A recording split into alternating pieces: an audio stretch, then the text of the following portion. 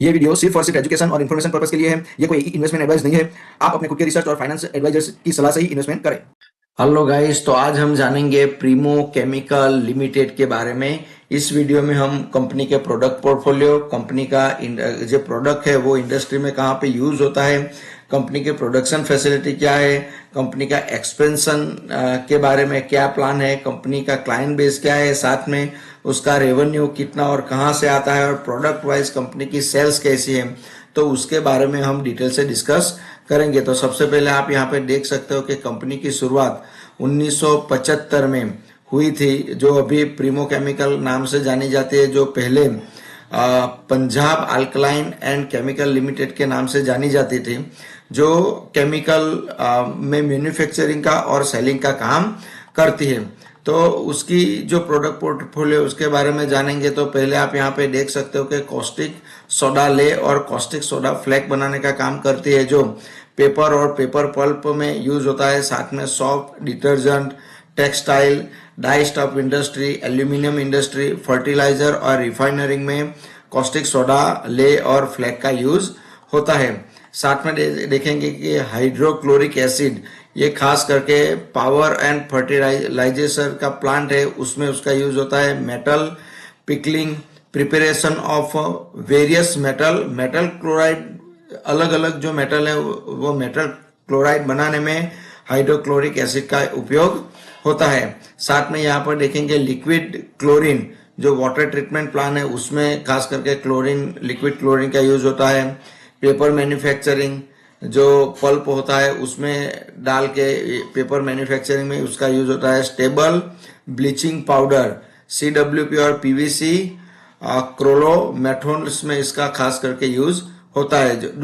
चौथी जो प्रोडक्ट है सोडियम हाइपोक्लोराइड, जो टेक्सटाइल ब्लीचिंग में, लॉन्ड्री ट्रेड में और डिसइंफेक्शन, ड्रिंकिंग वाटर को जो हम इन्फेक्शन फ्री बनाने के लिए सोडियम हाइपोक्लोराइड का यूज होता है। दूसरा आगे देखेंगे तो हाइड्रोजन गैस, हाइड्रोजन जो वेजिटेबल ऑयल्स और अदर जो अनसेचुरेटेड फैट है, तो उसको अलग करने के लिए हाइड्रोजन गैस चाहिए। साथ में ऑप्टिकल फाइबर यूनिट्स और जो कूलेंट पावर प्लांट है, जो कूल करने का काम करते हैं, तो उसमें भी हाइड्रोजन गैस की जरूरत रहती है।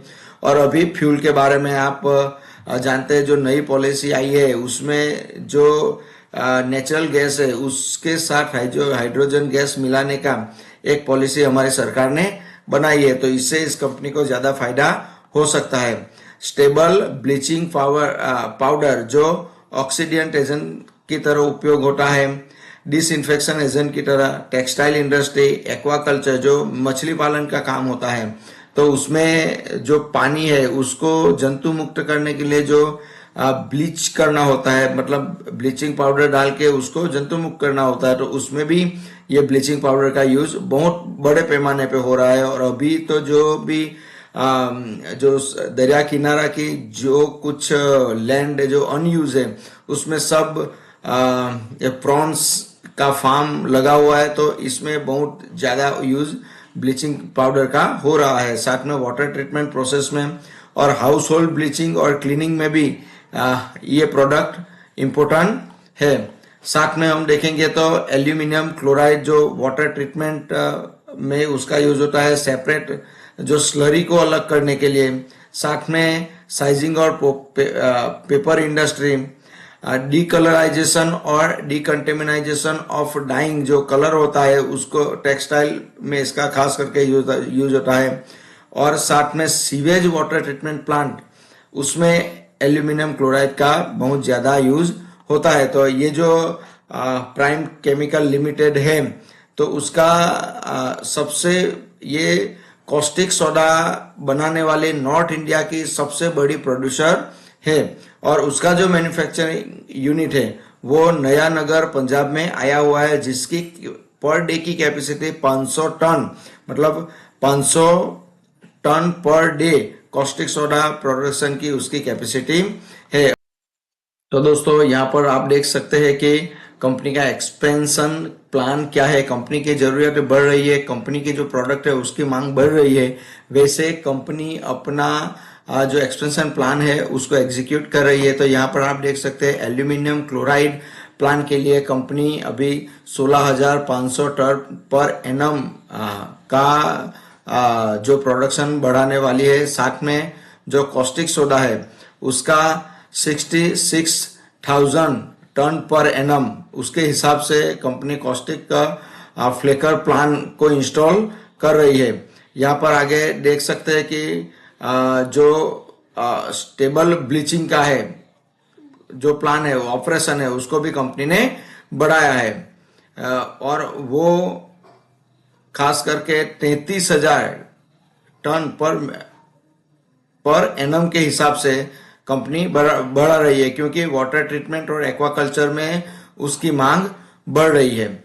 और कंपनी ने साथ में अपनी जो एनर्जी रिक्वायरमेंट पूरी करने के लिए 35 मेगावाट कैपेसिटी का एक पावर प्लांट भी कंपनी ने अपने यहाँ पर बनाया है। अभी जो कंपनी का जो प्लान है उसको चलाने के लिए कंपनी ने एक एग्रीमेंट किया है जो नॉर्थर्न कोलफील्ड लिमिटेड, जो कोल इंडिया की एक सब्सिडरी है, वो कोल सप्लाई के लिए और अपनी जो एनर्जी की रिक्वायरमेंट है उसको फुलफिल करने के लिए कंपनी ने 10 साल का ये एग्रीमेंट किया है। मतलब कंपनी के पास कितना स्पेस है, कंपनी कितनी आगे बढ़ सकती है, उसको अभी से कंपनी ने सिक्योर करके रखा है। तो ये कंपनी का एक बहुत बड़ा स्टेप माना जाएगा।